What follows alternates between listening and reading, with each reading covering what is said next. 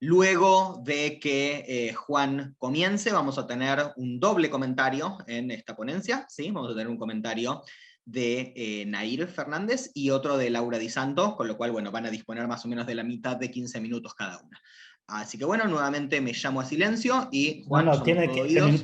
perdón, tienen 15 minutos cada uno. Ah, ok, Porque ok, no, yo tenía entendido que el bloque era 15 minutos. Bueno, no, ya este ven, bloque es más largo. listo, error mío. Laura me había comentado que lo había pensado para la mitad, pero bueno, mejor entonces que tengan 15 cada una y no que tengan que comprimir. Bien, bueno, listo. Comienza entonces Juan con su exposición. Bueno, buenas tardes a todos.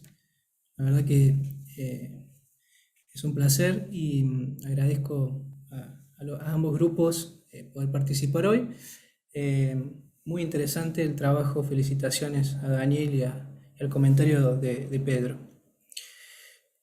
Bueno, mi trabajo, me apunté unas cositas para ser breve. Discute la lectura de Bernstein en Pragmatic Naturalism, John Dewey's Living Legacy, sobre ciertas propuestas naturalistas contemporáneas.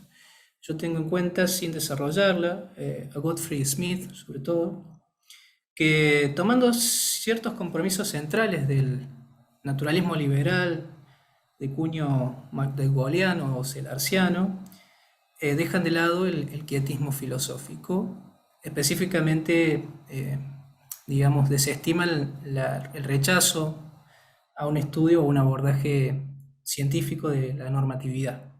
Ese es el rasgo distintivo de estas nuevas propuestas. Bernstein considera que, así entendidas, estas propuestas están realmente muy próximas al naturalismo deweyano, tal cual como Dewey lo formulara en Experiencia y Naturaleza, por ejemplo. Bernstein también reconoce, en este reciente artículo, que hay una diferencia entre ambos proyectos, relacionada a la integración de lo conceptual o a la continuidad de lo conceptual entre criaturas discursivas y no discursivas, pero esta diferencia en realidad no haría mella en la nueva versión mejorada, digamos, que incluso en la versión, o en la compulsa, digamos, es una versión incluso mejorada del propio naturalismo celarciano, ¿sí? Atendiendo a esto, estos serían como los datos, yo considero que si tomamos ciertas distinciones o tesis sobre naturalismo muy generales, hay una diferencia relevante entre el naturalismo liberal y el celarciano, y por ende discuto la versión compatibilista. Y creo que lo hago desde mi cultura siempre que creo que es el gran desafío. Paso entonces.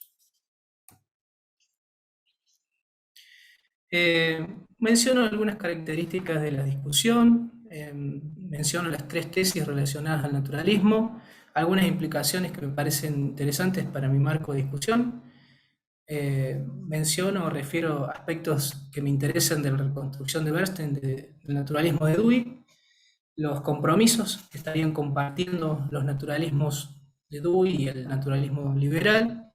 Allí hay dos puntos álgidos que serían el quietismo y la supuesta mejoría, digamos, que implicaría la renuncia al quietismo, y después estaría mi objeción. La discusión actual en torno del naturalismo, algunas expresiones que son distintivas, ¿no? Es uno de los temas más polémicos y debatidos, dice Bernstein. Los acuerdos en torno sobre el alcance y sobre el significado del naturalismo, las posibilidades de acuerdo son caóticas. En una línea similar habla de aphasic concepts, ¿no? En relación al naturalismo. Y a esto se suma esta complejidad del significado, el hecho de que han proliferado expresiones como naturalismo crudo, naturalismo de primera naturaleza, de segunda naturaleza, naturalismo trascendental, en fin, hay una promiscuidad conceptual, digamos, que hace difícil el debate. Sin embargo, yo creo que podemos apelar a caracterizaciones o a tres tesis, si bien no resuelven debates, ayudan a ordenar posiciones, ¿sí? Naturalismo ontológico, naturalismo aplicativo y naturalismo metafilosófico. Paso a definir estas posiciones para después explicar mi punto, ¿no? Uno puede entender el naturalismo ontológico como la tesis de que, a fin de cuentas, todo lo existente son rasgos o hechos comprensibles en el marco de las ciencias naturales y concretamente de la física. Uno podría tomar como el ejemplo no polémico el eliminativismo de los Churchland, y yo creo que en este sentido uno podría hablar de algunas caracterizaciones que son muy familiares dentro de esta discusión que abordo, como el Bald Naturalism de McDowell. Vale decir que McDowell no menciona ejemplos de Bald Naturalism, cree que es una posición irreflexiva, mayormente, y también se puede empardar con el aspecto ontológico del Object Naturalism de Price, ¿no? Price dice, all there is the world studied by science, ¿no? Aludiendo a esta posición. Pero también podríamos hablar de un naturalismo, o alguien podría ser un naturalista o una naturalista explicativa, dado que piensa, por ejemplo, que hay un único discurso que podría explicar todos los rasgos y hechos del mundo, incluida la psicología humana. Y en ese sentido, dado la prioridad y las esperanzas que tiene en el proyecto, estaría tentado a pensar que hay algo así como una matriz o un método científico al cual apelar como garante de una buena explicación. Yo creo que podríamos enrolar en esta posición a David Papineau, ¿sí? Y creo que Dewey comparte esta posición con algunos matices. Pero también alguien podría ser un naturalista en términos metafilosóficos, dado que plantea que los alcances del análisis conceptual o la empresa del análisis se emparda con, o va palmo a palmo con la empresa científica, ¿no? Es importante que el peso que se tenga en cada uno de los términos, el análisis y la ciencia, dependiendo del peso que se dé a cada uno de estos extremos o puntos de relación, se dan diferentes variantes de naturalismo metafilosófico, ¿sí? Ejemplos paradigmáticos de naturalismo metafilosófico, Quine y Sellars, que concita hoy nuestra reunión. Podríamos pensar que esta caracterización obviamente no es original, digamos, sino que es muy general, pero tiene algunos antecedentes bibliográficos. El propio Papineau, en la entrada de la Stanford, habla de naturalismo ontológico y metodológico. Explicativo me parece que es un término más apropiado, y lo hace para referir a la tradición naturalista a la cual perteneció Dewey y el padre Roy Sellars, ¿no? A principios del siglo XX, muy indolente, digamos, o indiferente a la tradición analítica en general a este naturalismo, que ahora de alguna manera se rehabilitaría a través del naturalismo liberal para Bernstein, ¿no? A su vez, los putnamianos de Carr y MacArthur también emplean dicha distinción para ordenar también posturas. Y creo que es interesante hablar de un naturalismo metafilosófico porque en un texto de Robert de 2006, básicamente este aspecto metafilosófico como que divide aguas, ¿no?, en el campo de la filosofía contemporánea. ¿Cuáles son las implicaciones que me interesan? Bueno, el naturalismo ontológico, alguien podría asumir el naturalismo ontológico, y parece bastante razonable que si considera que todo lo que se estudia, todo lo existente, aquello que estudian las ciencias, bueno, adhiera a un naturalismo explicativo, ¿no? Tenga grandes esperanzas que, dando una explicación científica de los diferentes fenómenos, ¿sí?, pueda dar su teoría, ajustarse a todos los desideratas que se propongan. Pero a su vez, alguien puede ser naturalista ontológico y debería asumir ciertos compromisos en relación, sobre todo si hace filosofía, al rol que tiene la filosofía dentro de su naturalismo, ¿no? Y aquí reitero lo que decía en torno del peso de los términos. Creo que Price sintetiza bien lo que quiero decir cuando dice, bueno, análisis y ciencias, ¿sí?, o ciencias naturales en particular, van de la mano, y cuando se chocan, quien toma la delantera siempre es la ciencia, digamos, ¿no? Uno puede pensar en esta implicación.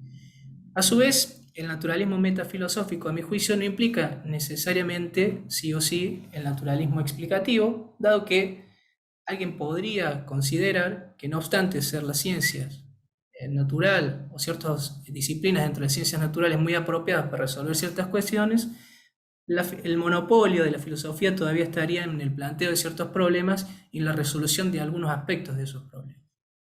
Y finalmente, considero que alguien puede ser un naturalista o una naturalista explicativa o explicativo y no asumir un naturalismo ontológico, en la medida que considere que aún siendo de alguna manera el método o una matriz cientista apropiada para abordar toda clase de fenómenos, hay algunos aspectos de los fenómenos que se sustraen a esa caracterización en términos reduccionistas, ¿sí? Atendiendo a estas distinciones, ¿sí? Yo creo que me permiten decir que en la lectura compatibilista de Bernstein hay un punto de razón, y es que tanto Dewey, digamos, como el naturalismo, lo llamaré celarciano, el naturalismo liberal, critican ciertamente un tipo de naturalismo reduccionista.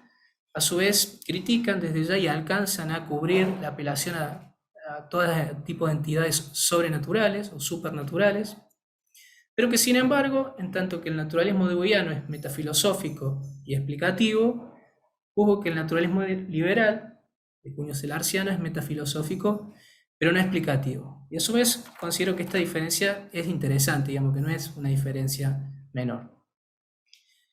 Destaco algunos aspectos del naturalismo deweyano en la reconstrucción de Bernstein. Bernstein toma a Brandon como un exégeta y dice: hay algo así como un pragmatismo fundamental, ¿sí?, que sería el rechazo a toda visión intelectualista, digamos, de la intencionalidad. Entonces, si hablamos de creencias, las creencias son disposiciones para actuar, aun cuando uno pueda hacer una reconstrucción de las creencias, obviamente en términos de proposiciones o de inferencias que se llevan adelante, siempre predomina el saber hacer sobre la visión de la intencionalidad antes que el saber qué, ¿sí?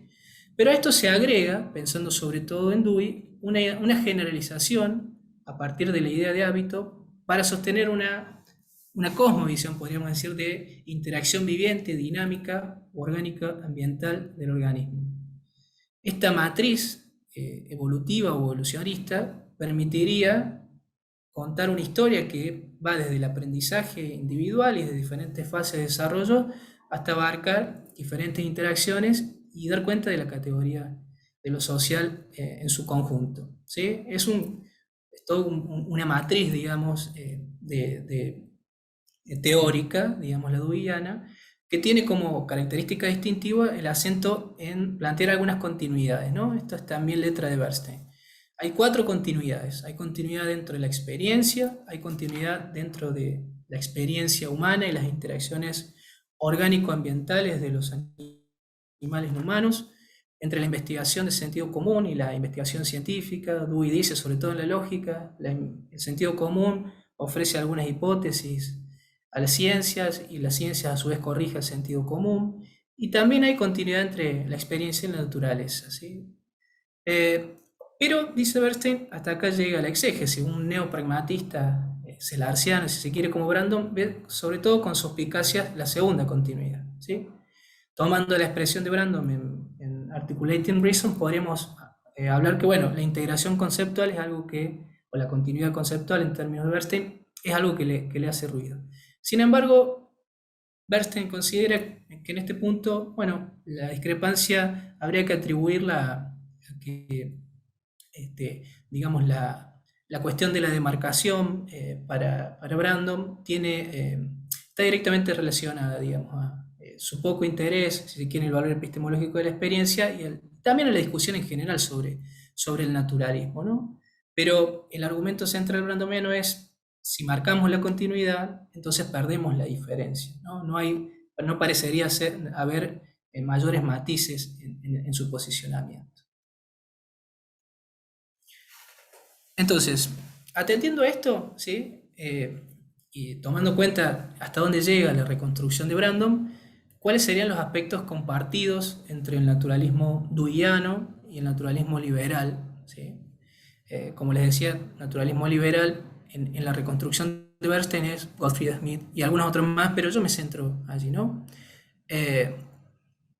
Primero, el rechazo a toda postulación de entidades sobrenaturales, ¿sí?, para dar cuenta en general de nuestra intencionalidad.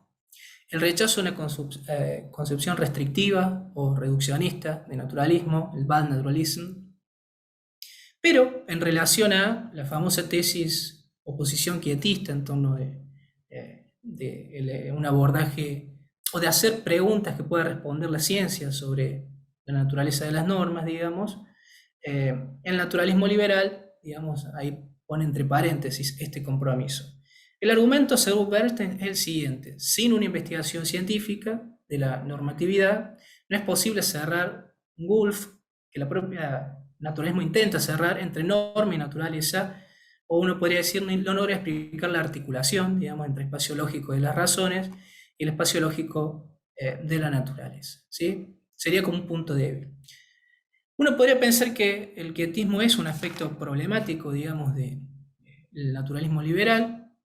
El propio McDowell ha respondido a algunas objeciones al respecto, en particular que al hablar de primera, segunda naturaleza utiliza criterios que son irreconciliables, ¿sí? No obstante, McDowell da su respuesta y demás. Podríamos conceder eso. Sin embargo, el naturalismo liberal se salva porque es posible colocar a Sellars, que es de alguna manera el padre, si se quiere, o quien inspira la posición, como partidario de un abordaje naturalista de la normatividad, ¿no? Y en ese sentido podríamos arribar a un naturalismo sellarsiano mejorado, ¿sí? Que en palabras de Bries se logra porque Sellars no lo hizo, pero debió haber reconocido una forma de normatividad natural que derive del funcionamiento de procesos y estructuras biológicas. Esta forma de normatividad natural no es reductiva, pero es naturalista, dice de Bries. Bueno, es también agrega una precondición de la intencionalidad y ayuda a que tengamos una visión no problemática de la intencionalidad. Bernstein dice, está en lo cierto, sin lugar a dudas, de Bries, ¿sí? Este debió, de alguna manera, garantiza lo que podríamos llamar una enmienda o una mejora del naturalismo sellarsiano, ¿sí? Y en ese sentido hay un naturalismo liberal, post-McDowell, si se quiere, o post-Sellars, que está constituido por el rechazo a toda entidad supranatural, el rechazo a una concepción restrictiva o reduccionista de naturalismo, un abordaje científico de la normatividad que resulta interesante para la teoría, ¿no? Ahí está McDowell como diciendo, no lo sé, pero en definitiva eso sería el naturalismo liberal que rescata y que justamente se dirige hacia una suerte de sellarsianismo de centro, que sería como un punto medio entre los sellarsianismos de derecha, está mal dicho, digamos, conservadores que defienden una comprensión enteramente naturalista de los conceptos, ¿sí? Después tenemos los sellarsianistas de izquierda, los left sellarsian, donde estaría ahí enrolado McDowell, Brandon y McDowell en parte, que apuntan a una visión irreductible de la normatividad. En contraposición a estos dos frentes había un punto medio que es, sin dejar de considerar que cierta normatividad es sui generis, ¿sí? Se acepta que para evitar ciertas tensiones, evitar ciertos gulf, un abordaje naturalista de la normatividad contribuye a la visión estereoscópica o sinóptica que promovía Sellars en su célebre artículo, ¿sí? Entonces, ¿cuál sería el resumen del argumento compatibilista de Bernstein, atendiendo a Dewey, digamos, ¿no? El naturalismo liberal comparte con el naturalismo dewiano dos compromisos fundamentales al menos, ¿sí? El rechazo al reduccionismo, en particular, al supernaturalismo. El tercer compromiso es rechazado por el naturalismo dewiano, pero eso no implicaría un problema, porque el abordaje científico de la normatividad de hecho mejora el naturalismo liberal de cuño sellarsiano, ¿sí? De hecho, la investigación empírica favorece la integridad conceptual, que es uno además de los pilares centrales de la propuesta dewiana. Entonces, todo parecería allí más o menos cerrar, digamos, en dos posiciones que son bastante próximas si uno toma este punto, digamos, del quietismo sobre todo, ¿sí? Para resumir, los dos compromisos mencionados, digamos, serían los compromisos compartidos, digamos, entre naturalismo sellarsiano y dewiano, y habría una mejora del segundo punto, es decir, la visión en torno del abordaje científico de la normatividad, ¿sí? A su vez, uno podría decir, bueno, pero ¿dónde está el punto de, si se quiere, sellarsiano o McDowelliano de el carácter sui generis de nuestras prácticas justificatorias? Bueno, hay algunos párrafos muy elocuentes de Dewey donde afirma la especificidad, digamos, del lenguaje y donde habla, por ejemplo, que no es La adquisición del lenguaje no es que un mero adorno de las fuerzas que los produjeron. Uno puede pensar de las regularidades previas en una historia donde hay un desarrollo. No se trata de una decoración ociosa, ¿sí? Sino que fuerzas adicionales, reconstructivas y demás. Entonces, de alguna forma Dewey habría sido muy consciente, digamos, del carácter distintivo del lenguaje, ¿sí? Pese a, de alguna manera, afirmar este carácter integrado o continuo de lo conceptual. Bueno, ¿cuál es la objeción o el punto de la crítica? Tomando en cuenta la segunda continuidad del naturalismo, es decir, la integridad conceptual, si tomamos en cuenta esto, me parece que no es un punto menor y que está en alguna medida desdibujado o pasado por alto, digamos, en la reconstrucción de Bernstein a los fines de aproximar posturas, ¿no? Y aquí viene el punto. No afirmar esa integración, es decir, partir, por ejemplo, de una especificidad conceptual, es decir, hay diferencias importantes entre criaturas discursivas y no discursivas, ¿sí? En realidad no contribuye ni rechaza ningún proyecto naturalista. Este es el argumento de McDowell, que obviamente en la conclusión de McDowell es quietismo, ¿no? Pero uno podría pensar y separar esa inferencia y decir, lo que está diciendo McDowell es, así como está planteado el estudio o el abordaje científico de la normatividad, resulta inmotivado, digamos, ¿no? Pero partiendo de la no afirmación de esa integración. Pero digo, no es un argumento en contra, ni un rechazo, ni una impugnación, ¿sí? Por otra parte, afirmar esa integración contribuye programáticamente a un tipo de naturalismo. Ahora bien, mi pregunta es si es un naturalismo de cuño liberal. A mi juicio, la propuesta del naturalismo liberal es poder dar cuenta que las prácticas justificatorias en términos de alto nivel, digamos, en términos digamos, de Bernstein, forman parte de nuestra vida natural. Y ese parece ser un desafío del naturalismo, ¿sí? Pero si afirmamos, ¿sí?, la integración conceptual, sin lugar a dudas, hay un proyecto naturalista en danza. La pregunta es si ya no perdemos de vista la especificidad del naturalismo liberal, ¿sí? Sin lugar a dudas, esto ajusta con Dewey, pero mi duda es si en verdad ajusta con el proyecto o la formulación del naturalismo liberal, incluso si desestimamos el quietismo, que sería un punto flaco, digamos, de la reconstrucción, ¿sí?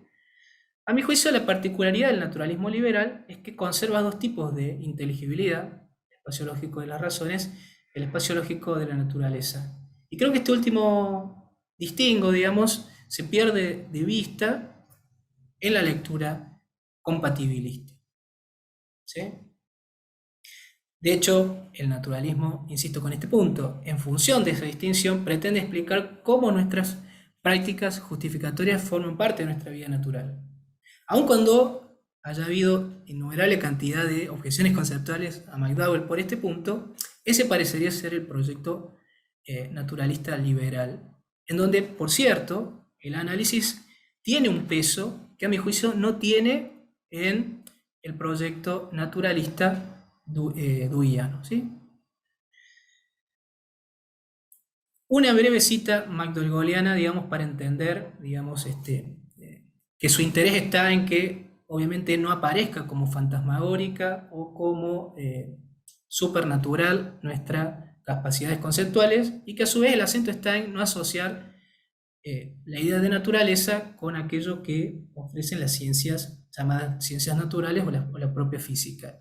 El punto es poder discutir la asociación entre naturaleza y reino de la ley, aun cuando también haya objeciones respecto de qué se entiende McDowell por ley y demás, ¿sí? Lo que a mí me interesa es, bueno, es cierto que hay tal vez un exceso en McDowell de decir no hay nada, no hay ninguna pregunta sobre la normatividad tal que los abordajes normativistas nos pueden dar una respuesta interesante, ¿sí? Yo creo que se puede decir, mantenemos, ¿sí?, esta pretensión de la teoría de dar cuenta de nuestras prácticas justificaciones más sólidas, más altas, más high level, digamos, como formando parte de nuestra vida natural, y no obstante, habría que pensar cuál es el rol de un abordaje científico de la normatividad sin recaer, digamos, en la integración conceptual en términos brandonianos, ¿sí? Otra manera de exponer la objeción. La afirmación o no de una integridad o continuidad conceptual impacta en los alcances del proyecto naturalista, ¿sí?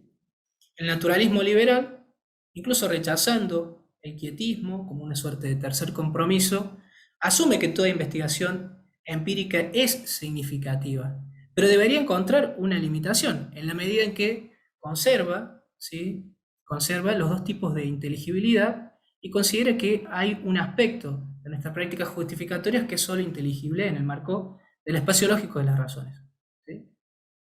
Uno diría, y bueno, pero McDowell no estaría diciendo, no interesa el abordaje normativista en términos cientificistas, o, no, o científicos, mejor dicho.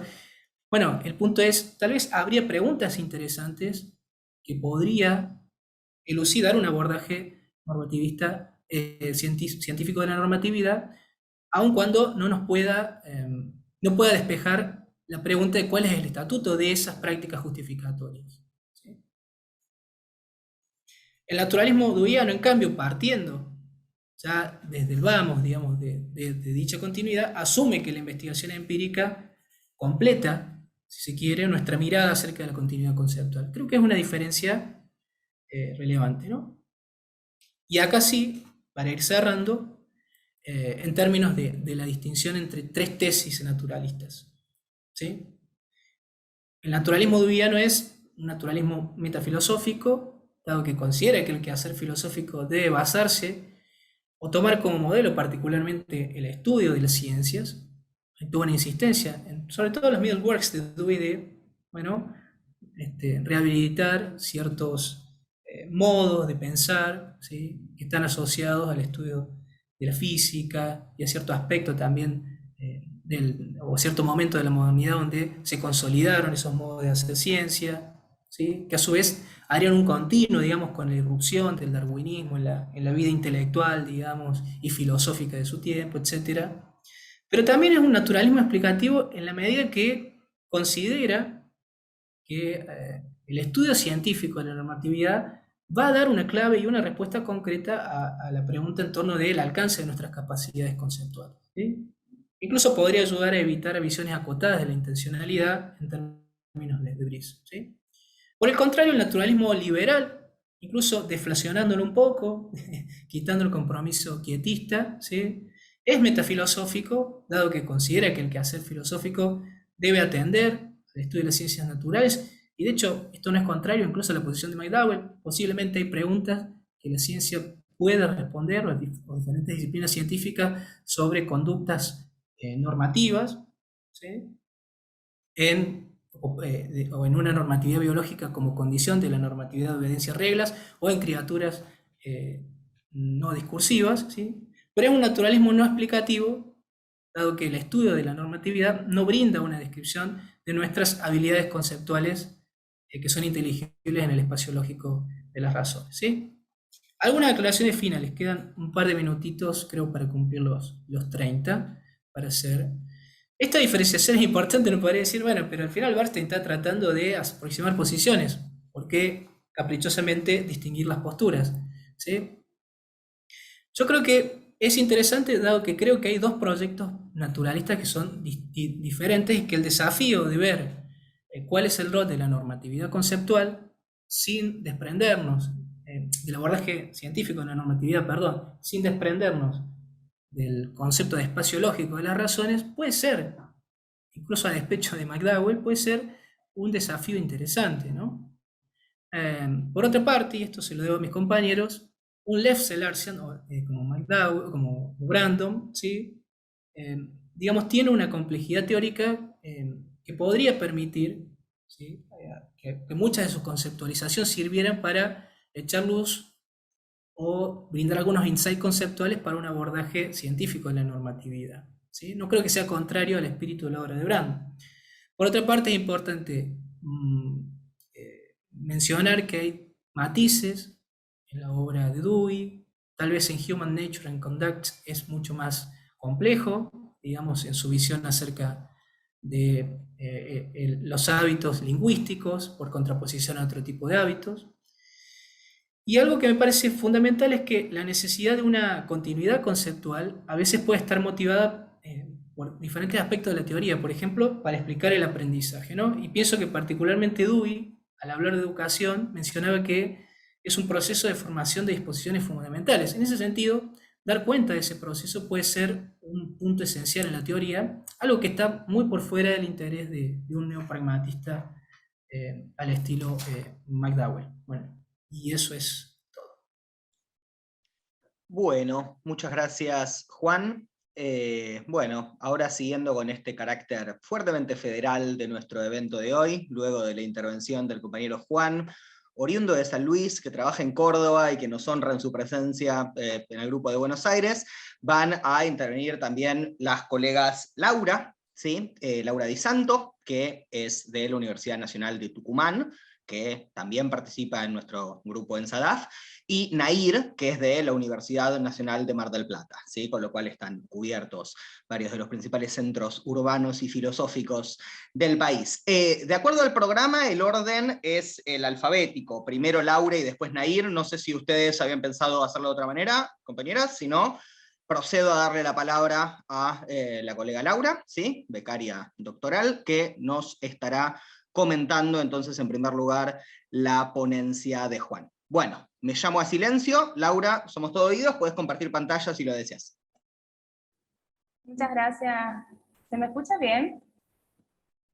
Perfecto. Bueno, muchas gracias, Claudio, muchas gracias, Juan, por tu trabajo. La verdad que entendí que eran 7 minutos por cada comentarista, así que voy a tratar de hablar un poquito más lento. Muchas gracias por escucharme. Juan, tu trabajo me encantó, me parece rico en perspectivas, en argumentos y en la relación entre posicionamientos que vos haces. Además tenés una postura propia fuerte y valoro mucho que hayas intentado desafiar la lectura de Bernstein. Hice un pequeño abstract acerca del trabajo en general y luego algunos comentarios sobre algunos aspectos del trabajo de Juan. Bien, Juan presenta una visión crítica acerca de la lectura bernsteiniana compatibilista entre los naturalismos de Dewey y el naturalismo liberal de matriz selarciana. Para Bernstein, ambos enfoques mantienen ciertas premisas en común, como un abordaje empírico de la normatividad, rechazan el deductivismo, evitan posturas supernaturalistas y manifiestan una actitud tolerante hacia la reivindicación del vocabulario normativo y su compatibilidad con una explicación científico-natural de la emergencia de esa normatividad. Sin embargo, a criterio de Juan difieren en un punto relevante, en lo relativo a la continuidad o discontinuidad conceptual entre seres racionales y no racionales, una diferencia clave y sumamente importante que se da entre ambos proyectos, que involucra una actitud quietista de McDowell. Laura, perdón, ¿podés hablar un poco más lento? No sé si... perdón bien, que te bien. interrumpo, pero estamos bien con el tiempo y me está costando un poco seguirte, así que si pudieras, por favor, yo no tengo autoridad moral para decir eso, porque siempre hablo como ardilla empepada, pero si pudieras te lo agradecería. Ok. Voy a apagar el ventilador que hace mucho ruido. Un segundo, Dale. perdón. Gracias.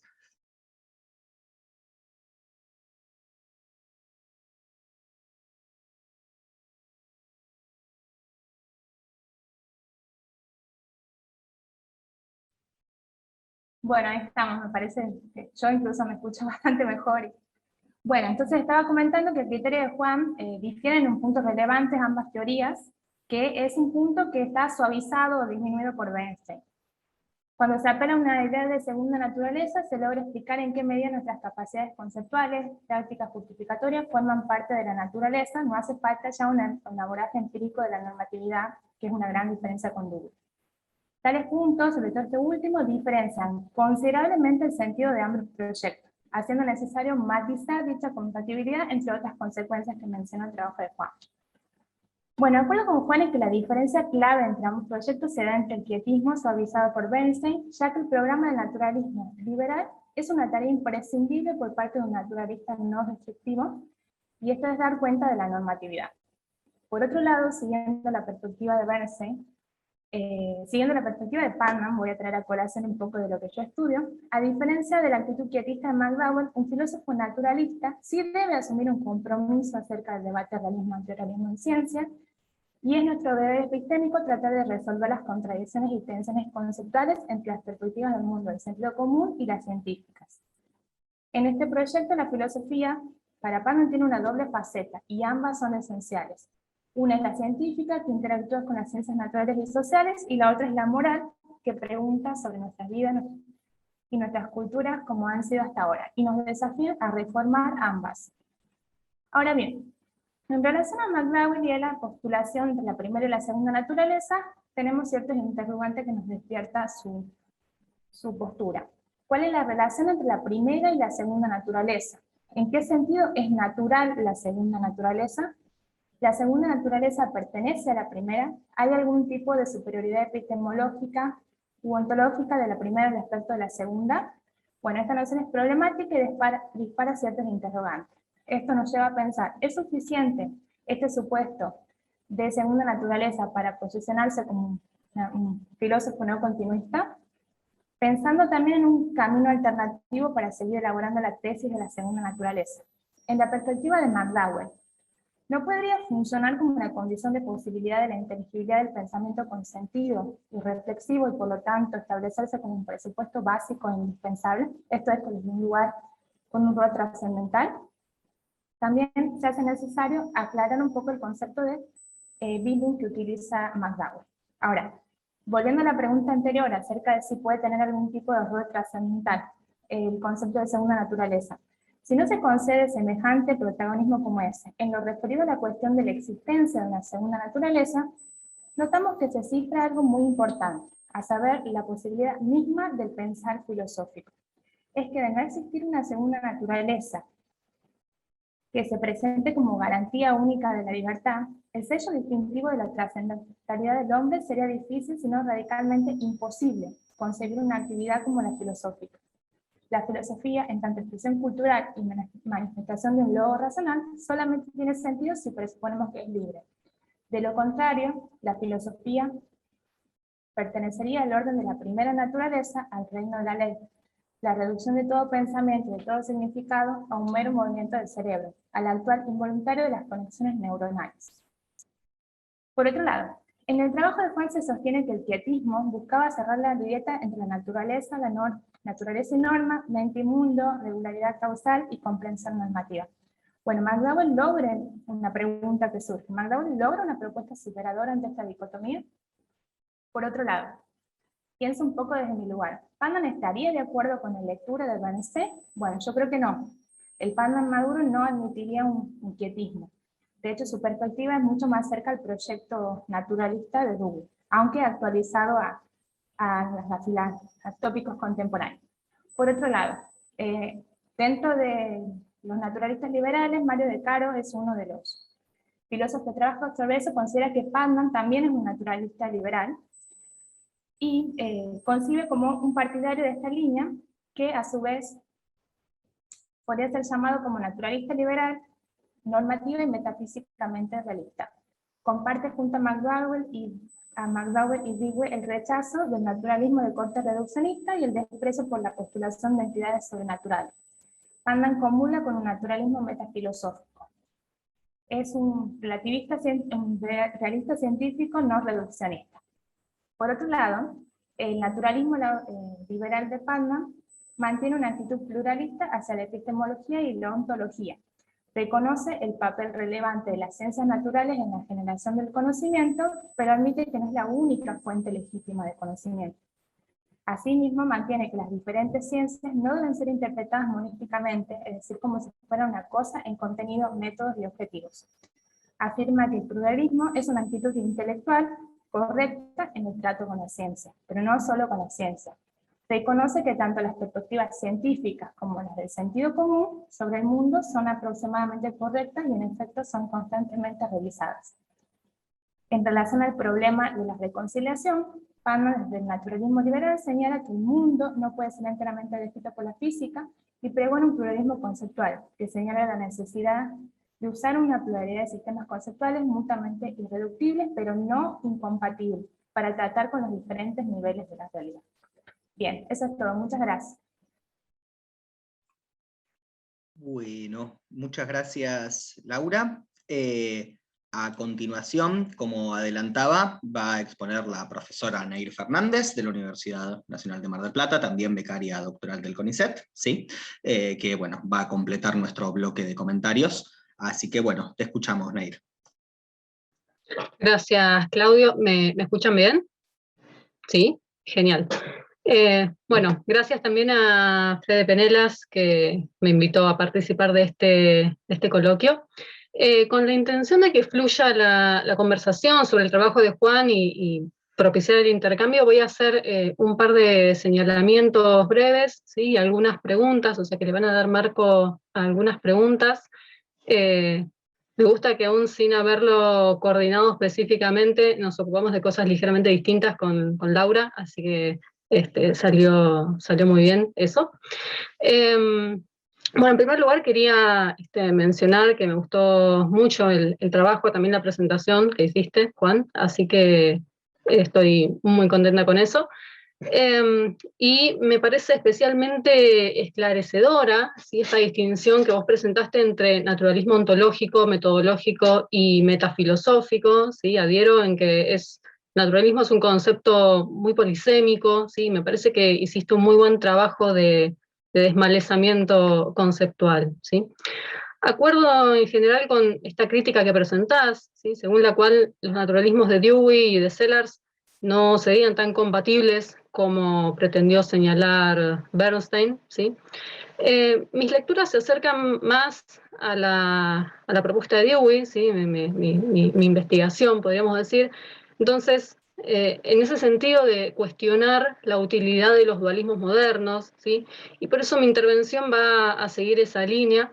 Voy a hacer, como mencioné al principio, dos comentarios para enmarcar dos preguntas, ¿sí? En primer lugar, pienso que, y esto podríamos discutirlo a continuación, pero pienso que la separación entre el espacio lógico de las razones y el espacio lógico de la naturaleza podría ser otro nombre para la dicotomía ontológica y epistemológica entre naturaleza y cultura, ¿sí? De hecho, Bernstein menciona que el propio Dewey manifestó que en caso de reeditar experiencia y naturaleza, le pondría cultura y naturaleza, ¿no? Pero bueno, esta distinción entre naturaleza y cultura estuvo a la base, por ejemplo, de la conformación de la antropología, ¿sí?, como disciplina, como espacio disciplinar. Pero recientemente esta dicotomía fue atacada por diversos flancos, ¿sí? Por ejemplo, el antropólogo francés Philippe de Collat denuncia el carácter etnocéntrico de esa dicotomía ontológica, ¿sí? Sostiene que es una concepción occidental y moderna, que, digamos, señala la continuidad material y la discontinuidad espiritual, por ejemplo, entre humanos y otras formas de vida, o entre seres no humanos, humanos y no humanos, y que otras culturas trazan esa frontera entre lo humano y lo no humano en otro lugar o de otra manera, ¿sí? Por otra parte, el sociólogo de la ciencia y también filósofo y también francés, Bruno Latour, dice que nunca fuimos modernos, ¿sí? Es decir, que las ciencias continuamente están operando una tarea de purificación para destilar estos dos estos polos contrapuestos, ¿sí?, de naturaleza y cultura, porque en realidad proliferan los híbridos, ¿sí?, que nunca se encuentran puros estos dos ámbitos, ¿sí? Entonces, estas dos críticas a esa escisión ontológica me llevan a la primera pregunta que me gustaría hacerte, y es si podrías ampliar un poco qué es lo que entendés vos por naturalismo ontológico, ¿sí?, que quizás es el punto que me gustaría conversar. Vos hablaste bastante de los otros dos naturalismos, el metafilosófico y el explicativo, porque la pregunta que me surge es si siempre el naturalismo ontológico sería reduccionista, ¿sí? En ese caso, ¿dónde quedarían lo mental y la cultura? Si es que se puede pensar en un naturalismo ontológico no reduccionista, ¿sí? Y cuál sería la ontología de este celarcianismo de centro, ¿sí? Esa es la primera parte de mi comentario. Y en estrecha relación con esto último, me parece que se encuentra la cuestión de la continuidad o no entre animales humanos y no humanos, ¿sí? Ya sea en sentido biológico o en el sentido de las habilidades cognitivas, ¿sí? El impacto que Darwin tuvo para Dewey, tal y como lo señala Bernstein, fue muy profundo, ¿sí? Tal es así que las ideas de Dewey resultan antecedentes, a mi juicio, de, por ejemplo, las teorías de la cognición situada o encarnada, ¿sí? En filosofía de la mente, y por otro lado también de teorías en el campo de la biología y su relación con la cultura, como por ejemplo la teoría de la construcción de nichos, a la cual Bernstein también hace referencia. Esta teoría sostiene que los organismos no solamente se adaptan pasivamente a su entorno, sino que también lo modifican activamente.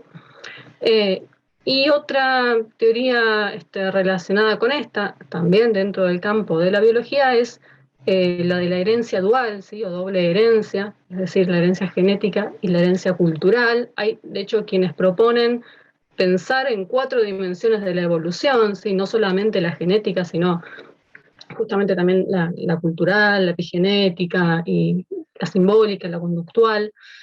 Y esta propuesta tiene la intención de alejarse justamente del paradigma centrado en los genes, así que promovía lecturas deterministas. Alguien que adhiere a esta teoría de la doble herencia es el etólogo y psicólogo del desarrollo Michael Tomasello, que propone muy a grandes rasgos que la especificidad de la cognición humana reside en la coordinación social y la cooperación, ¿sí? En la cultura acumulativa que funciona como nicho ontogenético. Tomasello también ofrece una explicación acerca de la comunicación humana de corte evolutiva, ¿sí? Y no trascendental, donde las discontinuidades con los primates no humanos son de trazo fino, ¿sí? Es decir, residen en cuestiones como la cooperación en contextos específicos, ¿sí? Simplificando mucho, esa cooperación es la base de esta capacidad lingüística y de la comunicación específicamente humanas, ¿sí? Entiendo que, a partir de tu exposición, entiendo que la postura de Sellars abogaría por un discontinuismo mucho más marcado, ¿sí? Entre las habilidades cognitivas de humanos y no humanos. Entonces, lo que me gustaría saber es cuál es, en primer lugar, cuál sería el vínculo entre Sellars y la teoría de la evolución, o entre Sellars y Darwin, si es que hay algún diálogo conceptual. En general, y justamente si brinda Sellars alguna explicación acerca del origen del lenguaje, pensando en la última de las cuestiones que vos planteabas en la presentación acerca de la cuestión del aprendizaje del lenguaje humano, ¿sí? Me gustaría también saber qué de esto rescata el sellarsianismo de centro. Así que bueno, esas serían las 2 cuestiones que me interesaba plantear. De nuevo, gracias por el espacio y nos escuchamos. Bueno, gracias a vos, Nair. Bueno, hacemos, si les parece, como con el bloque anterior, primero una respuesta más o menos extensa de Juan, y después vamos a las distintas intervenciones. Ya está anotado Daniel, veamos quién más se anota para hablar. ¿Sí? Juan, tenés el privilegio de comenzar. Luego Daniel, luego Nico. Bueno, muchísimas gracias. Realmente han sido, me superan desde ya. No soy una autoridad para responder ninguna de los comentarios, creo, a excepción de muy pocos tópicos, así que voy a requerir la ayuda del auditorio, pero no me voy a escapar, digamos, voy a tratar de dar una respuesta de los puntos centrales de los generosos lecturas y comentarios tanto de Laura como Nair. Bueno, Laura tenía algún prurito de no poder decir algunas objeciones. Yo creo que hiciste muchísimas y muy interesantes, Laura. Así que voy a tratar de ir a los puntos más polémicos. Digamos, respecto dado que sos estudiosa de Putnam, yo creo que estamos de acuerdo en que la lectura de Bernstein en torno al naturalismo liberal y enrolarlo ahí, ubicarlo ahí a Putnam, no hay mayores objeciones al respecto, creo que es acertado. Yo quisiera abordar primero el punto respecto de la primera y segunda naturaleza. Digamos, no había mencionado, creo que en mi trabajo no está mencionada la idea de primera naturaleza, y no es en vano, digamos, porque el vínculo entre primera y segunda naturaleza en el naturalismo McDougaliano, digamos, es un tema muy espinoso. Hay una interpretación, si se quiere, digamos, más básica, entendido por primera naturaleza, digamos, si se quiere, el aspecto causal de la relación entre los individuos y el entorno, y la segunda naturaleza como aquello que se extiende o se emparda con nuestras prácticas justificatorias, de forma tal que, por ejemplo, no podríamos extender la idea de segunda naturaleza a animales no humanos, ¿sí? McDowell, por diferentes objeciones, moviliza, si se quiere, esta lectura básica y habla de que es posible hablar de, por ejemplo, una segunda naturaleza para animales no humanos, particularmente para conductas adquiridas a través del entrenamiento, por lo que la idea de segunda naturaleza no estaría empardada con la idea, o no se extendería al espacio lógico de las razones así linealmente, ¿sí? Entonces hay una articulación bastante compleja entre la idea de primera naturaleza y segunda naturaleza. Yo creo que la terminología es bastante caprichosa, pero lo que se puede rescatar indudablemente es que el proyecto, digamos, del naturalismo liberal intenta mantener, ¿sí?, que un desafío para una teoría naturalista, ¿sí?, es explicar que nuestras prácticas justificatorias, ¿sí?, así concebidas, digamos, de manera distintiva, forman parte de nuestra condición como seres humanos. En ese sentido, el concepto de Bildung, que es algo así como instrucción o educación, parece ser algo que podría dar cuenta de manera mucho más robusta y menos polémica que la idea de segunda naturaleza de aquello a lo que refiere McDowell. De hecho, la idea de Bildung tiene un aspecto progresivo, un aspecto que no tiene la idea de segunda naturaleza, que apunta a capturar prácticas ya consolidadas, ¿sí? Eso me parece que es lo que puedo aproximar, digamos, de pensar diferencias entre primera y segunda naturaleza. Digamos, hay una lectura básica que McDowell desafía, ¿sí? Y no deberíamos, digamos, reducir la segunda naturaleza solo a las prácticas justificatorias lingüísticas proposicionales, ¿sí? Después hay un romance no logrado entre Putnam digamos, y McDowell. Parece ser que Putnam siempre dice que sus posiciones se parecen a la de McDowell, y McDowell siempre dice que no tienen nada que ver. Yo en un punto creo que, obviamente en este punto del naturalismo liberal que yo marco como diferencias entre Sellars y Dewey, creo que hay un punto de diferencia, Putnam, digamos, McDowell, pero no noto muchas diferencias cuando, por ejemplo, mencionaba al final, Lau, que debe haber un pluralismo conceptual de, digamos, esquemas que sean irreductibles, pero a su vez compatibles. Yo no sé si tal vez McDowell pudiera aceptar eso en algún punto, no sé si en términos de pluralismo, pero para dar cuenta, por ejemplo, de si es necesaria una articulación entre la primera y la segunda naturaleza, o mejor dicho, entre el espacio lógico de las razones y el espacio lógico de la naturaleza, tal cual como lo bautiza el propio McDowell. Con lo cual veo mayores, digamos, proximidades que discrepancias. Te adelantaba antes que, por privado, digamos, que creo que Putnam tiene más esperanzas indudablemente en las ciencias que el propio McDowell. En ese sentido, su naturalismo metafilosófico pone más acento en el rol que pueden tener las ciencias. Pienso en un ejemplo. Por ejemplo, la idea de objetividad uno la podría derivar no de ciencias empíricas, pero sí, por ejemplo, de la matemática. Bueno, esa es una idea o un compromiso con el naturalismo que estaría muy lejos de todo lo que pueda ser naturalista McDowell. Y después, si hay algo más, por ahí lo retomamos en la discusión. Te vuelvo a agradecer digamos, la buena lectura, muy generosa, muy caritativa. Me pareció muy mejorado mi trabajo en tu lectura. Así que no puedo decir mucho más sobre el pluralismo conceptual, así que por ahí si lo agregamos en la discusión, mejor. Muchas gracias. Bueno, no me quiero ir mucho, 3 minutitos más, 4 con Nair. Ya te estoy viendo. Bueno, los cuento hasta las 10:45. Ah, está todo bien, dale, dale. Bien, muchas gracias por el comentario, por la reconstrucción y demás. Vamos al grano, retomamos algunas cosas en la discusión.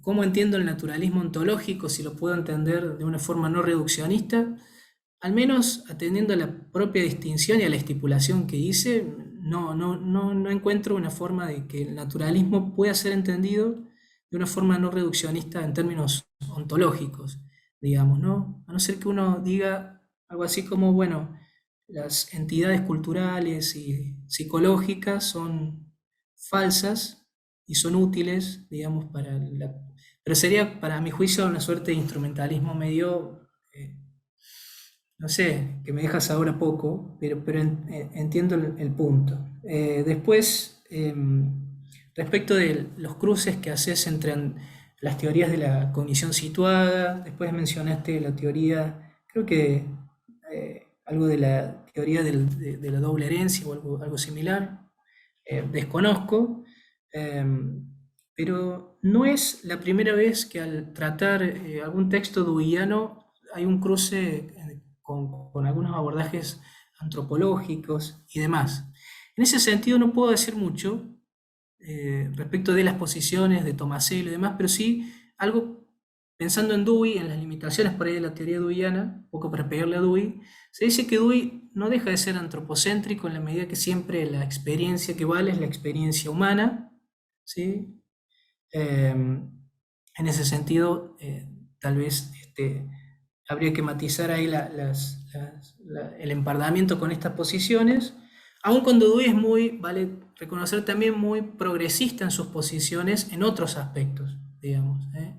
Y a veces también el antropocentrismo de Dewey parece desafiado en algunos de sus textos, digamos. Es como que él manifiesta su posición, pero si tomamos algunos otros aspectos de su teoría, bien, algunos fragmentos encajan en una lectura no antropocéntrica.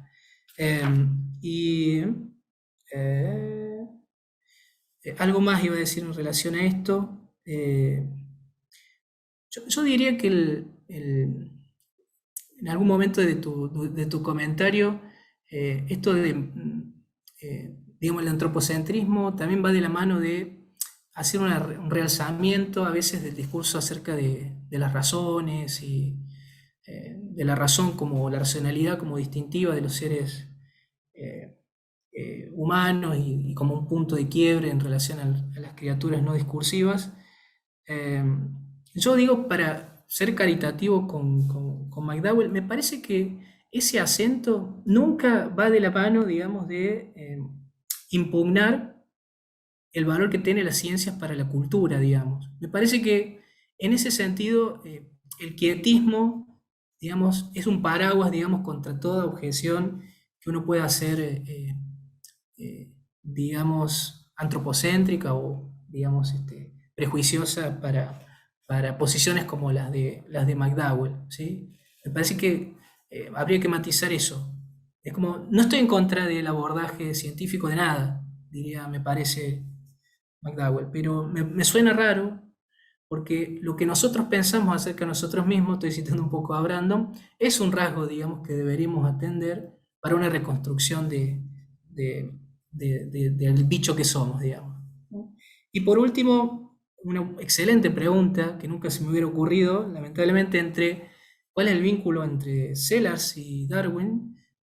Creo que esta sí se la lanzo al auditorio, porque me parece que por el impacto que tuvo en Darwin en las universidades norteamericanas es muy grande y posiblemente haya habido alguna reflexión de Sellars en este sentido. Y sí te convido, que seguramente lo debes tener debes tener noticia, hay un texto que tradujo uno creo, de los miembros del grupo cordobés, donde Millikan muestra las diferencias entre su postura y la de Brandon como discípulo de Sellars, y creo que ahí hay algo, ahí puede haber una clave tal vez de tu interés, pero no tengo mucho. Y por último, cuando hablaba de aprendizaje, una pequeña cuestión, no es del aprendizaje o la adquisición del lenguaje, sino el aprendizaje escolar, digamos. Me parece que Dewey estaba muy interesado en ver la transición o la continuidad conceptual, porque estaba muy interesado en la educación, y todo discurso educativo plantea un desarrollo cognitivo. Bien, eso. Bien, muchas gracias, Juan. Bueno, entonces estarían para hablar primero Daniel y a continuación Nico, y luego una nueva ronda de intervenciones del expositor y si quieren las comentadoras. Gracias, Juan, por la charla. Gracias por los comentarios. Debo confesar que la cuestión del naturalismo me parece un lío, incluso después de ver todas las distinciones que vos trazaste. Lo que sí parece claro es que todos quieren ser naturalistas de algún modo, porque parece que es algo bueno en sí mismo ser un naturalista. Entonces tenemos naturalistas reduccionistas, liberales, de segunda naturaleza, quizás de tercera, pero todos quieren colgarse el título de naturalismo. Lo que a mí no me queda claro en lo que dijiste, y más allá de lo que hayas dicho, es qué podría ser un abordaje científico de la normatividad. Por supuesto, podría haber un abordaje reduccionista o eliminacionista.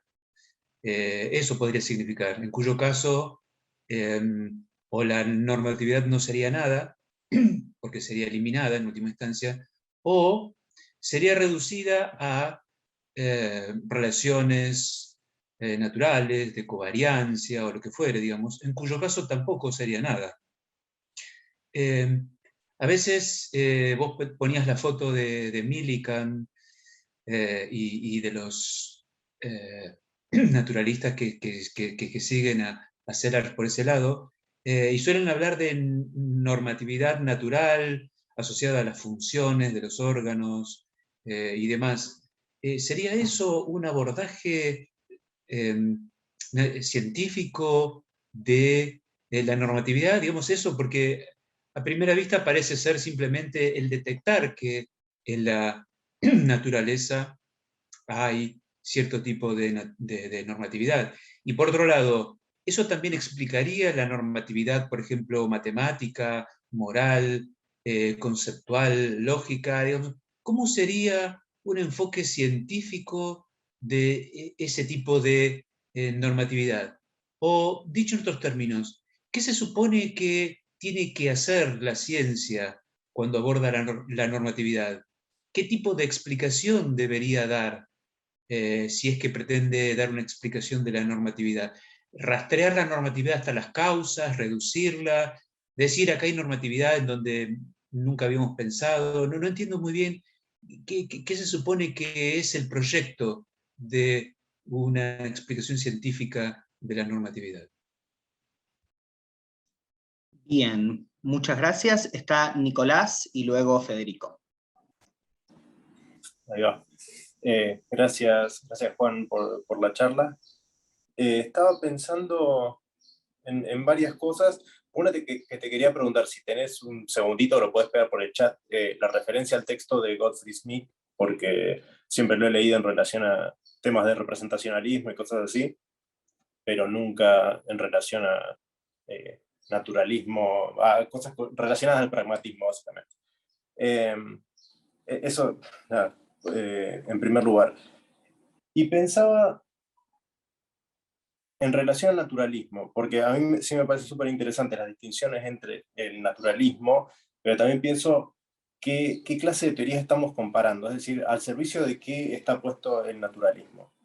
Y siempre es eso, un intento explicativo o reduccionista o alguna clase de cosas así, por eso creo que tiene razón en lo que dice Daniel de todos quieren ser naturalistas, porque bueno, en principio hay cosas que queremos hacer inteligibles y vemos que recursos nos damos para hacer eso. Y pensaba si quizás en tu trabajo no convendría hacer una división entre, por ejemplo, versiones, por una palabra que mencionaste en un momento, que es la palabra normativismo, que es como una distinción entre versiones normativistas y no normativistas del contenido mental o el contenido semántico, a las que son normativistas, es decir, que dicen que hay algo intrínsecamente normativo en el pensar o en el hablar, decir, bueno, acá están las quietistas y acá están las que quieren explicar a partir de la normatividad el contenido, donde, por ejemplo, podría estar Brandon y podría estar Millikan, y ahí podrían, por ejemplo, estar Millikan más del lado del naturalismo y Brandon más de otro lado. O sea, pensaba así, porque si no, me parece también, si ignoramos esa distinción, nos comemos, por ejemplo, a Fodor, que sería una especie de teoría antinormativista, naturalista, reduccionista o algo así. Nada, eso simplemente como si quizás, y preguntártelo también, si te parece que esa distinción entre normativismo y no normativismo, y normativismo que cree que la normatividad puede explicar el contenido y la que no, digamos, la que es más quietista. Si eso sumaría a la clase de discusión que estás teniendo. Y bueno, eso una aclaración simplemente que muchos de los autores de los que hablaste, como Bernstein y Dewey, yo no los he leído, entonces hay cosas que se me escapan, pero bueno, quizás esto te pueda servir. Y por otro lado, la conexión Sellars-Darwin, es más clara la conexión Sellars-conductismo, me parece que Sellars-Darwin, en este sentido de incorporar un vocabulario psicológico, una especie de historia genética de aprendizaje, que nos permite explicar algo, por ejemplo, de cómo llegamos a seguir reglas o una cosa así. O una manera de seguir reglas es ser entrenado a seguirlas. Y ahí, en eso Sellars involucra al conductismo y también a la selección natural en el texto Some Reflections on Language Games. Y creo que en el Meaning as Functional Classification también, y hay algún otro, pero bueno, hay algunos parágrafos ahí que me parece son muy importantes para una noción como medio mínima bueno, la noción esta de comportamiento regido por pautas que él utiliza, que me parece que es interesante para ver cómo lee uno a Sellars. Si dice, mira, Sellars al final era re darwinista, que es como la lectura que hace Millikan, o uno dice, mira, Sellars acá la pifió y tenemos que ser más claros en la distinción espacio de la razón, espacio de las causas. Pero nada, son como decisiones que hay que tomar y quería señalar esa conexión. Así que bueno, gracias, Juan. Bien, Federico. Juan, te voy a hacer una pregunta un poco externa, y en tanto experto vos en Dewey, ¿sí? Porque, digamos, no hay que olvidar a William James en la historia del pragmatismo, ¿no? Y no hay que olvidar que William James, cuando dio sus conferencias sobre el pragmatismo, tomó básicamente dos grandes referentes intelectuales para plantear el programa intelectual. Por supuesto, Peirce, pero también Schiller, ¿no? Y Schiller, la palabra, digamos, el concepto usado por Schiller para presentar su propia posición era la de humanismo, ¿no? Y el famoso capítulo de James es: el pragmatismo es un humanismo. Pragmatismo y humanismo, ¿no? La famosísima frase de James, y misteriosa, a día de hoy, el rastro de la serpiente humana se encuentra por todas partes, ¿no? ¿Por qué usa esa metáfora James? Todavía no encontré ningún experto en James una explicación que me convenciera, ¿no? Entonces ahora, digamos, si el pragmatismo digamos, uno podría decir que aparece todo su esplendor como un programa en las conferencias de James, ¿no? tejiendo unos series de autores desperdigados por allí y presentándose como un proyecto básicamente humanista, ¿sí? La pregunta es, ¿cómo crees que deriva eso en Dewey? Y si el naturalismo de Dewey deja o no de ser un humanismo a tu juicio, ¿sí? Bien, Juan, no hay más intervenciones, así que te escuchamos a vos y, si lo desean, a las comentaristas. Bueno, muchas gracias por las preguntas. A ver, alguna precisión terminológica creo que es, respecto de la buena pregunta de Daniel, es acuciante, digamos. Cuando hablo del abordaje científico de la normatividad, hago referencia a esa enmienda que propone De Vries de la propia posición de Sellars, donde en sus palabras sostiene que Sellars debió reconocer un tipo, digamos que, sí, un tipo de normatividad biológica, creo que utiliza esa expresión, o mejor dicho, que la normatividad más precisamente deriva de ciertas conductas que podrían ser estudiadas. Entonces, después refiere a lo mismo, dice, ese tipo de normatividad biológica, ¿sí?, podría constituir parte, digamos, de un proyecto naturalista, pero desde ya no está haciendo referencia, digamos, a un estudio comparativo, por ejemplo, en criaturas no discursivas en principio. A mí me parece que si acepta una cosa, podría aceptar la otra. Pero, digamos, ¿de qué tipo de normatividad hablamos si hablamos de normatividad natural? ¿Por qué directamente no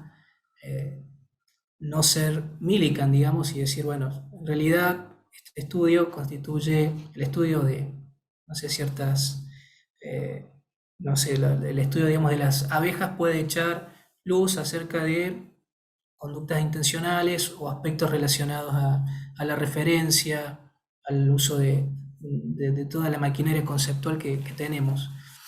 Y me parece que ahí es donde para mí tiene importancia, como punto de partida, afirmar una discontinuidad o una continuidad conceptual. La normatividad biológica, entendida dentro del marco del proyecto de naturalismo sellarsiano, podría ser que es como una suerte de estudio complementario, digamos, de una normatividad de obediencia a reglas que, digamos, es irreductible. Uno diría, bueno, pero habría más de una normatividad entonces.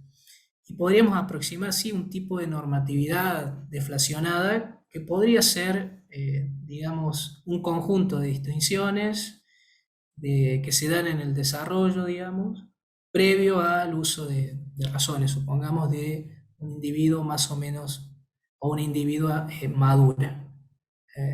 Creo que a eso está haciendo alusión, digamos, el querido De Vries. Pero sí, es una zona, yo diría, bastante oscura en mi presentación y mi argumentación, porque es más bien general, digamos, la propuesta, y considero, digamos, que si bien no hay razones, de nuevo el quietismo macdonaldiano pesa aquí, no hay razones, digamos, para impugnar un abordaje, digamos, empírico de ese tipo de conductas como condición, si se quiere, de una normatividad de obediencia a reglas. Habría que apuntar a cuál sería el interés de llevar adelante ese estudio. Y yo decía, bueno, tal vez una teoría del aprendizaje podría, una suerte de psicología cognitiva del desarrollo de diferentes conductas que tienen que ver con el aprendizaje escolar, desde las etapas más primigenias hasta, qué sé yo, la adolescencia. Bueno, podría valerse ese tipo de estudios para elucidar algunas preguntas interesantes. Por eso también citaba a Dewey. Digamos, Dewey tal vez es el único que asocia una teoría filosófica a una teoría educativa. No sé si forzado o no, pero trato de salvar, digamos, la propuesta esta sellarsiana de centro. Después no sé si puesto frente, no sé, a decidir, diría, no te quedas con el quietismo magdalgoliano antes de esta suerte de estudio subsidiario de una rara forma de normatividad. No sé, lo tendría que pensar un poco más. Pero sin lugar a dudas es un punto oscuro en mi argumentación y bastante problemático. Habría que ver si lo es también en De Vries. Pero gracias por la pregunta porque me ha dejado pensando. Después creo que va en una línea similar la intervención de Nico de complejizar la cuestión de la normatividad. Yo confieso que era un convencido y soy un convencido creo todavía de algún argumento de los 80 de McDowell respecto de la irreductibilidad de la normatividad. Pero intento pensar ahora en términos un poco más duianos y esa convicción zozobra un poco. Pero sí, habría que pensar variantes de normatividad y una podría ser, por ejemplo, hay una normatividad de obediencia a reglas que tiene una serie de requisitos bastante robustos frente a otro tipo de normatividad que incluso uno podría atribuir a criaturas no discursivas. Pero no sé, no me quiero, no quiero divagar al respecto. Pero no tengo mucho más para decir, Nico, y te agradezco también la mención y el cruce que hacías entre Sellars y el conductismo. Sin lugar a dudas puede ser una pista interesante para el interés allí de Nair. Por último, lo de Fede, qué bueno que traigas a colación a Schiller, muy reivindicado por Rorty, por cierto. Me parece que parte del prurito muchas veces de Dewey, por no utilizar el término pragmatista, incluso muy avanzada ya su producción filosófica, tal vez podría, pienso así, tampoco tengo una respuesta unívoca, digamos, o categórica, tal vez tenga que ver con que su ambición principal y su leitmotiv tenía que ver con este concepto que muchas veces recalca Bernstein, de poder pensar a los individuos como un organismo viviente y que en interacción con el entorno trata de ir salvando diferentes problemas, algo que Gottfried Smith habla o llama en términos de una epistemología de solving problem. Posiblemente ese rasgo no sea tan marcado, habría que hacer tal vez un estudio a ver si me está disparando el interés entre el peso que tiene Darwin en James y en Schiller y el peso que tiene en Dewey. Posiblemente en Dewey sea mucho mayor. Pero también puesto arrinconado entre la espada y la pared, no creo que le gustase en absoluto la expresión humanismo a Dewey para referir a su filosofía, a su propia filosofía. Y algo que quizás mencionaba Nico respecto, bueno, Bernstein y demás, que no son posiciones que hayas explorado. Yo creo que lo interesante de la posición de Bernstein y también de la de Dewey es que reivindican el aspecto reconstructivo de la filosofía y en ese sentido el comercio con las ciencias es mucho más rico y si la idea es ir por ese lado, creo que son los autores apropiados. No tengo mucho más, pero realmente son mucho mejores sus preguntas que mis respuestas, así que muchísimas gracias. Bien. No sé, Nair, Laura, si quieren agregar algo más, o si pasamos a darle la palabra para posibles réplicas de quienes formularon preguntas.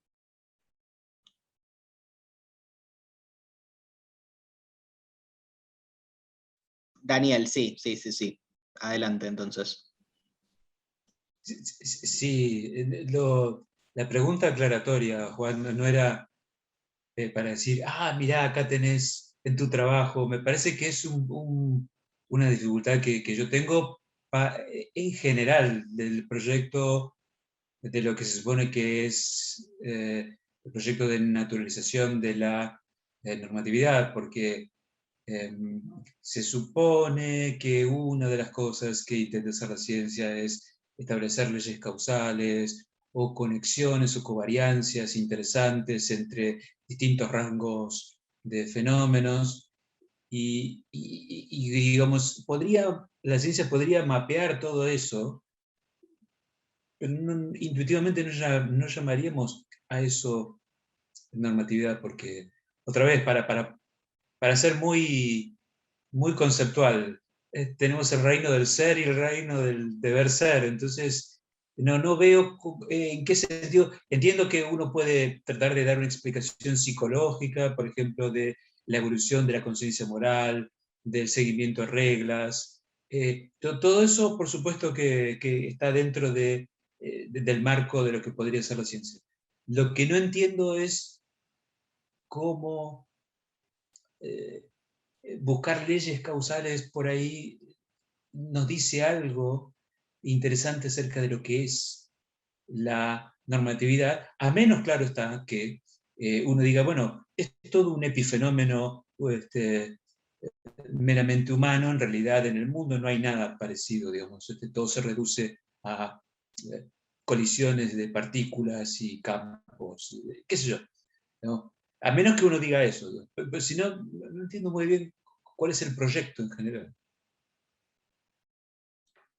No sé si Federico. respondo. Ah, bien. Yo, si les parece bien, seguiría con lo anterior, así puede intervenir Federico y después das una respuesta global, Juan. No, era una pavada lo mío. Sí,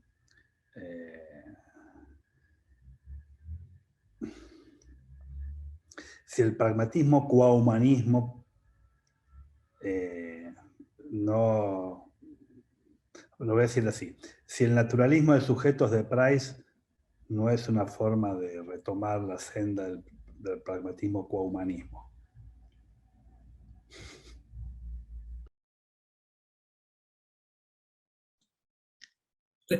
Ya Bien. respondo. Juan, ahora sí, por favor.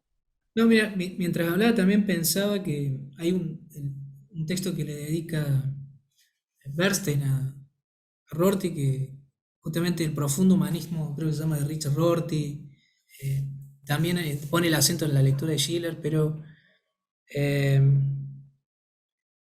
yo diría esto también pensando en la inquietud de Nair, digamos, tal vez Dewey podría ajustar claramente lo dice también Bernstein, en un naturalismo, es, digamos, como mencionaba, se me fue la caracterización, eh, dado que, digamos, sin caer en una suerte de antropocentrismo, digamos.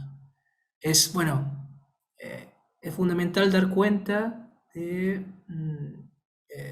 o mejor dicho, todos los análisis naturalistas que hagamos debe ser en función de cómo demos cuenta de nosotros como sujetos, ¿sí? Previamente. Hay algo de eso. Yo en principio me parece que sí, que uno podría pensar en que Price rehabilita esa herencia duyana, este, sí, o de Schiller, mejor dicho, y habría que rastrearlo un poco más en Dewey. Pero sí, es un tópico muy interesante, que, digamos, que no está muy abordado, digamos, el vínculo entre el peso que tiene la experiencia humana, digamos, en Dewey y su naturalismo, pero que aparece, diría, en todos los textos fundamentales de Dewey, incluso en los educativos también. Así que, en principio diría que sí. Y respecto de Daniel, obviamente Daniel lo tomé como viniendo de vos siempre, digamos. Eh, yo atendería, me parece. Como viniendo de vos, no sé si fue algo bueno Ah, o algo claro, malo. no, sí. Obviamente, digamos, como vuelvo a citar a Pedro con la cortesía que te caracteriza. eh, y confieso, no es un punto del todo claro en la exposición y tampoco en el texto, pero eh, me parece que las ambiciones teóricas de los autores, tal vez metafilosóficas, juegan mucho acá, porque el punto sería eh, si la normatividad es una característica digamos, que va de la mano de los seres o de las criaturas discursivas en el marco de cierta cultura y demás, hay un ruido que hace, digamos, a los posicionamientos, estos que rescata Bernstein, ¿no? La idea es, incluso pensando en el propio McDowell, si el objetivo era romper con la dicotomía o con las dicotomías,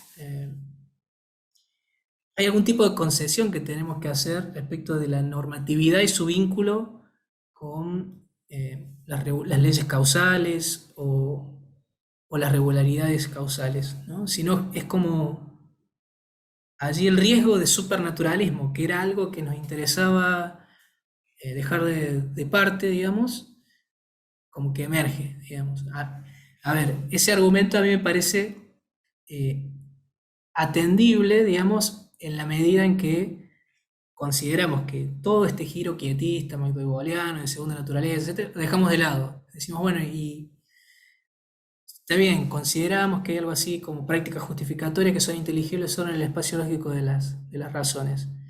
De Vries dice, una posición intermedia sería pensar que esas prácticas justificatorias tienen como condición una suerte de normatividad previa y, bueno, sería tarea de una teoría que intenta no ser, no tener algunos gulf o hiatos, describir ese aspecto.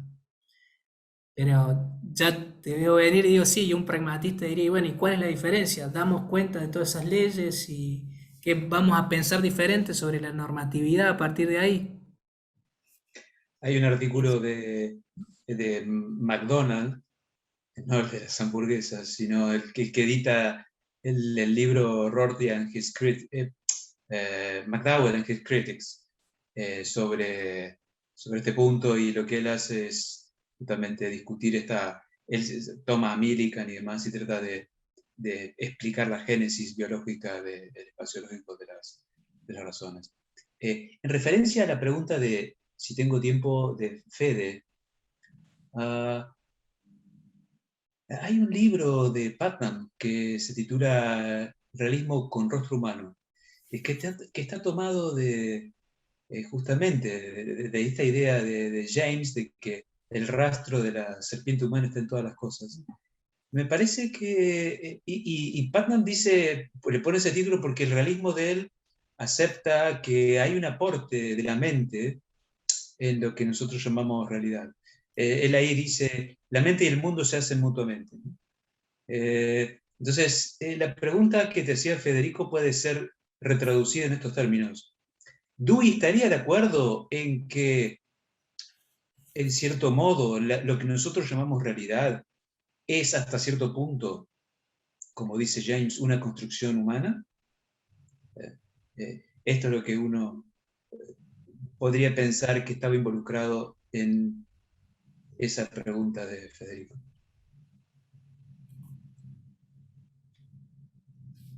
Bien, Juan, ¿querés cerrar con algún comentario a partir de lo último? ¿No? Entiendo que, sí, me parece una buena reconstrucción, creo que Fede debe estar de acuerdo con esa reconstrucción de la pregunta. En principio no, tendería a pensar que no, digamos, pero me parece que amerita una mayor documentación de mi parte. Y sobre todo porque yo no he abordado en detalle experiencia y naturaleza, que sería el texto para pensar este punto. Y una cosa más, muchas gracias a todos realmente por las excelentes preguntas y reconstrucciones. Me había pedido también Nico que le pase la referencia bibliográfica, ahora la copio y se le pega un mensajito. Ya que se metió Daniel con la excelente referencia a Pando, me había olvidado, es donde, ahí está la famosa discusión con Rorty, ¿no? El texto que toma Rorty para Putnam and the Relative Menace. Y está buena la referencia porque Putnam terminó siendo un gran jamesiano, finalmente, ¿no? Toda la deriva de Putnam terminó hacia un jamesismo fuerte, y el James es eso, o sea, James es un humanista, ¿no? Fuertemente. Además, James es un humanista porque además quiere reivindicar una zona de la, llamémoslo así, de la discursividad o del conocimiento, donde podemos estar por fuera de la cuestión evidencial, de la cuestión digamos, del dar y pedir razones intersubjetivos, si quieren, ¿no? Que es la zona de las creencias religiosas en particular, ¿no?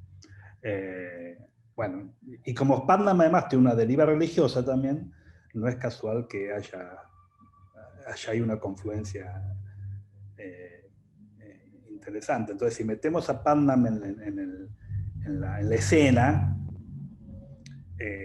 me parece que la pregunta por la vigencia de James sigue latiendo, ¿no?